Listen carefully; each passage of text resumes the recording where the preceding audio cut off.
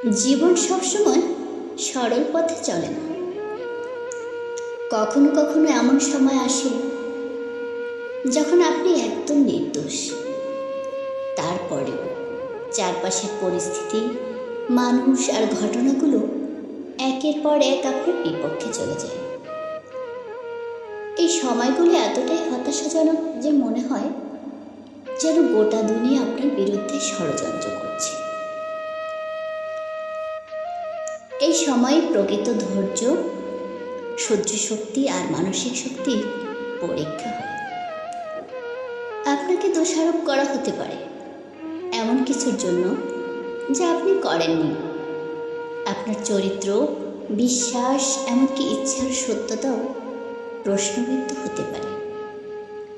আশ্চর্যের বিষয় হলো, অনেক সময় আপনাকে খুব কাছের মানুষরাও বুঝতে চায় না, বরং পরিস্থিতিকে আরও কঠিন করে তোলে। তবে এমন কঠিন সময় মানুষকে সবচেয়ে বেশি শিক্ষা দেয়। এই দুঃসময় আপনার সহ্য শক্তিকে বাড়ায়, আপনার চুপ করে থাকা শেখায় এবং আপনাকে ভরসা করতে শেখায় নিজের ওপর আর সৃষ্টিকর্তার ওপর। কারণ সত্য একদিন ঠিকই প্রকাশ পায়।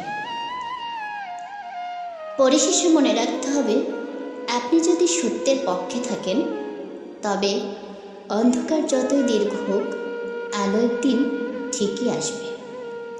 এই সময়টা পার করতে হয় মাথা ঠান্ডা রেখে, নিজেকে হারিয়ে না ফেলে।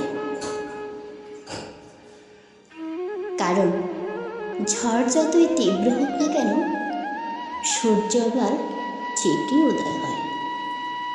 ধন্যবাদ সবাইকে।